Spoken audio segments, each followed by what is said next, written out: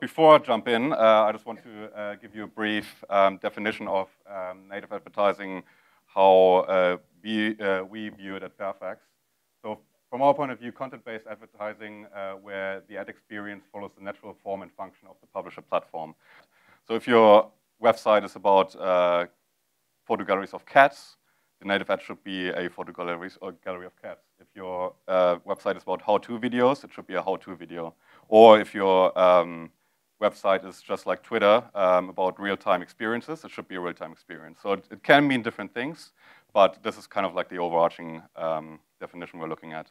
Now, this guy here, his name is Howard Gossage. He's actually from San Francisco, and he was quite a controversial character in the 60s, and he was kind of a pioneer who liked to challenge his peers in the industry. And one of the things that were kind of like everybody agreed on back then, apart from him, was that people don't read long copy.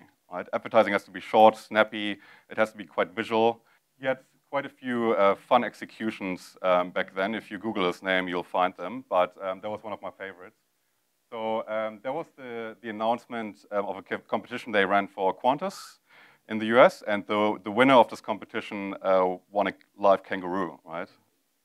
So you can tell the animal rights protection wasn't the same as it is today, but it was basically a naming competition, and if you read through the copy, we'll probably send around the presentation after, you can tell it's a really fun way to actually communicate this, you know, like it's not just, look, this person has won the kangaroo. He was really playful in his copy, and he did a really good job of actually communicating that. From my point of view, this is still advertorial, right? Because it was talking about the brand and the brand only, and it didn't really, apart from the entertainment value that the copy had, it didn't really offer true value to the user, right? Fast forward 40 years, we've got the internet, and we have all the measurement we could possibly want, and we can track really detailed how these kind of executions are performing. And this is kind of the picture we're looking at, right? So on the left-hand side, you've got advertorials. On the right-hand side, editorial. Advertorials, like what they all have in common, is generally a quite clunky distribution framework. So generally speaking, there's no set distribution framework in place that allows to effectively expose content to an audience. There's a lack of audience focus because brands in advertorials tend to really like to talk about themselves and not talk about topics that are of interest to the user. And the environments are also not optimized. So publishers also tend to use templates that aren't really optimized for the user experience that brands are trying to achieve with advertorials, right? The engagement rate that we're looking at, these are numbers from our network, is reflective of that. So we had about 30-second average engagement for advertorials, which is a really great number. On the other end of the scale, we're looking at editorial and the resources that you have available for this field. And we've got a really strong distribution framework. So just to give you an idea, the Sydney Morning or the masthead pages across the Fairfax network generate about 50 million page views a month, just the homepage.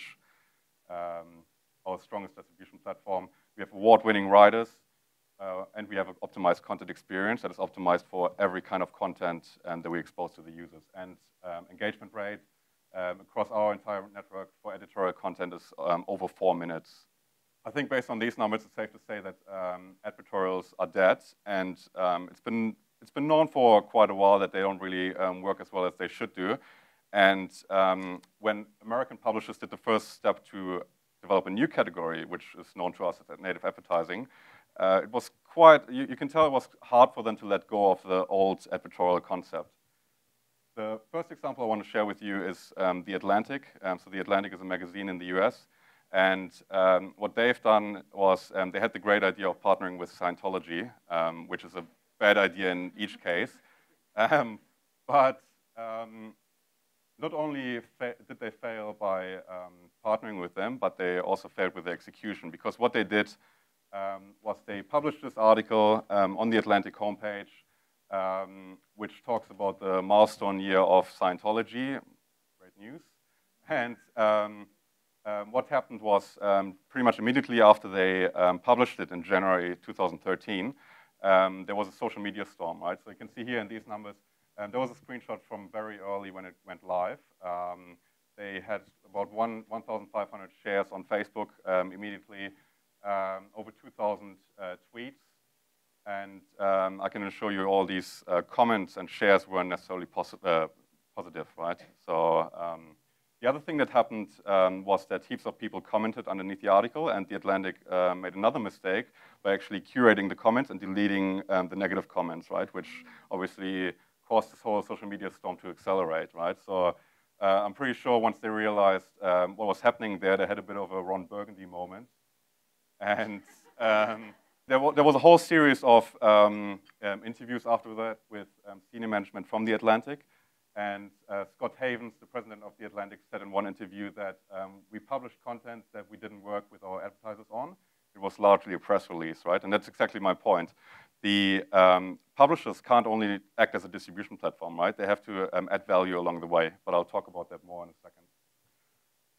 The second example I would like to share with you is Forbes, Brand Voice. Forbes claim to be the inventors of native advertising, and they're pretty much the first ones who experimented with exposing brand content in a really prominent position on the homepage. And with their product Brand Voice, they basically hand over the keys to their content management system to advertisers, right? And advertisers can publish as little or as much content as they want. It comes as at a price tag of $1 million rate card for 1 year, so it's not cheap. And there have been some examples like Oracle or SAP who have been really successful with this format because they have put a lot of resources behind it. They've created a really solid content strategy, and they've also managed to publish content on a very regular basis. So the user engagement was really high and the return on investment as well. But there's a really long tail of advertisers who didn't take advantage of this platform as much as they could have. They didn't publish content on a regular basis, and they didn't really have the writers available that are needed to produce quality content. So what they did was, in most cases, they engaged people internally. Basically employees writing articles, and that's something you should never do, right? Like if somebody doesn't have experience in producing content, why let him publish content on Forbes, right? So in some cases, the cost per engagement for these long tail advertisers who booked on Forbes was $10, which is just tremendous, right? So what went wrong in both cases? What these brands did from my point of view was they followed a principle which I like to call native advertising 1.0. And native advertising 1.0 really puts a lot of responsibility in the brand's hands, and the publishers pretty much only provide the article templates and the distribution framework, right? The brand on the other side has a whole lot of more responsibility, and they have to supply the creative, they have to source the writers, which is a big barrier for most brands already. They have to create the content, and they also have to define the content strategy, right? So again, like the publishers with this version of native advertising basically lean back and say, okay, you can publish, but everything along those lines of strategy and content production is up to you. Now, what we're seeing now in markets, which is also the principle that Fairfax follows, is native advertising 2.0, right? And you can see here the responsibility or the focus of responsibility is more on the publisher side, right? Because it makes sense. Publishers have the expertise in producing content. Publishers have the audiences, and they know their audiences really well, right? Therefore, with native advertising 2.0, the publisher defines the content strategy. Publisher provides the writer network. The publisher provides the audience expertise, know what kind of content works with which audiences, provide custom article templates that are optimized to deliver brand messages within the article flow, and provides different distribution options, right? So a placement on the homepage might not always be the right solution, right? I'm definitely not claiming that.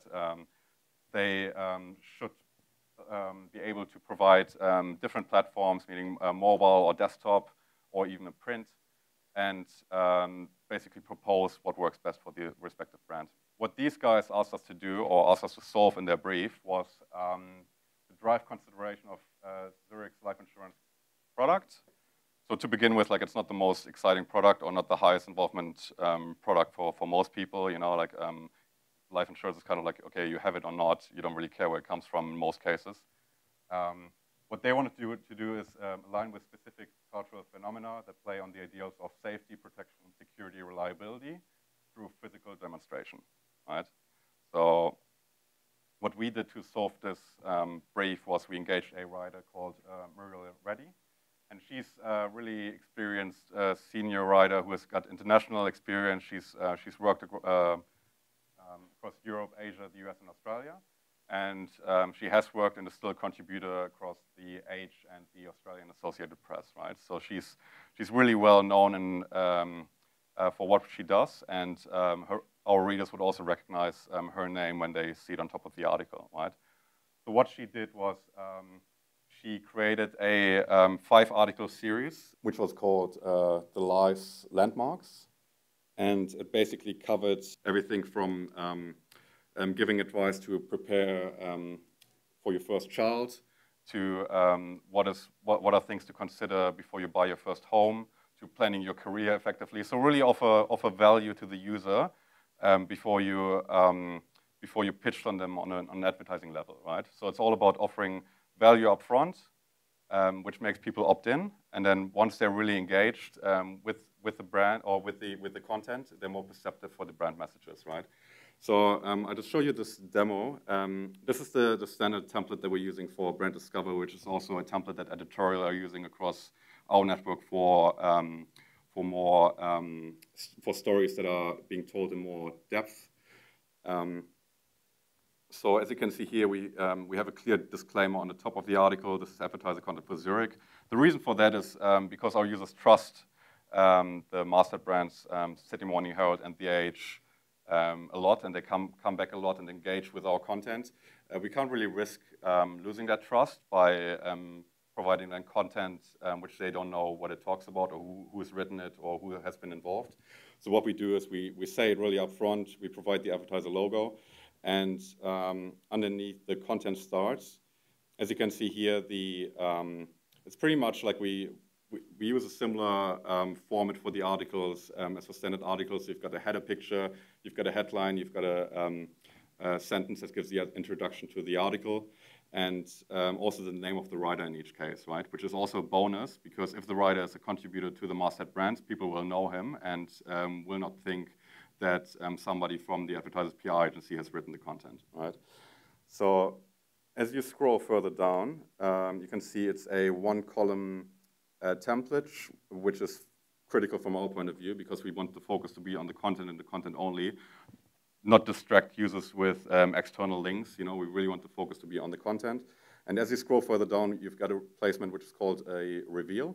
And this is basically the brand integration, which builds the bridge between the content and the advertiser messaging, right? So the article talks about welcome to a new life, prepare for your first child, and then the messaging within the ad is protect what's precious to you, right? So this is kind of like the mechanism that we follow in each case. The advertiser can treat this as this real estate as they want, so they can integrate sign-up forms, they can integrate video assets, and they can integrate games even if they wanted to. It's really up to them. The results for this campaign were really pleasing, and the client was really happy with it. The engagement rate we've achieved was pretty much in line with our predictions, so it was about 2 minutes on average, and we've also generated a reach extension of 56% across the print titles of people who don't access our online properties, so it was really successful from our point of view. Now, it's always pleasing if you get that kind of feedback indirectly from users by getting the metrics that really show that they're engaged, but the ultimate compliment from our point of view is always if Advertorial contact us and give positive feedback. So in this case, one of the SMH business editors actually called me up and asked me why aren't the Finding a Home articles in today's paper part of the business section, right? So even though it was clearly labeled that it's advertiser content, he considered it good enough to be in the business section, right? So that's a really good showcase for us, showing the level of content quality that we are able to provide. The ingredients for native advertising success from my point of view are threefold. So you've got the inline promotion, meaning you promote the content in line with editorial content, which offers you the reach. The second step is content relevance and expertise, which is something where publishers can add real value along the process. This part will give you the content engagement from the users, and then last but not least, the article design itself, which should be optimized to contain brand messages within the article flow, is what ultimately generates the brand engagement, right? If you take anything away from our presentation, I would like to take away that the golden native advertising rule is relevance is king. It's not enough anymore to just produce content. There's more content available than anybody of us could possibly consume in your lifetime. It has to be relevant. I don't think we'll ever reach a level of for branded content where kids ask their parents to read them branded content instead of a bedtime story. But what I believe is if brands, publishers, and agencies work together, we can create a really powerful new category that is highly engaging for users. Because at the end of the day, people read what they're interested in, and sometimes it's an ad. Thanks, guys.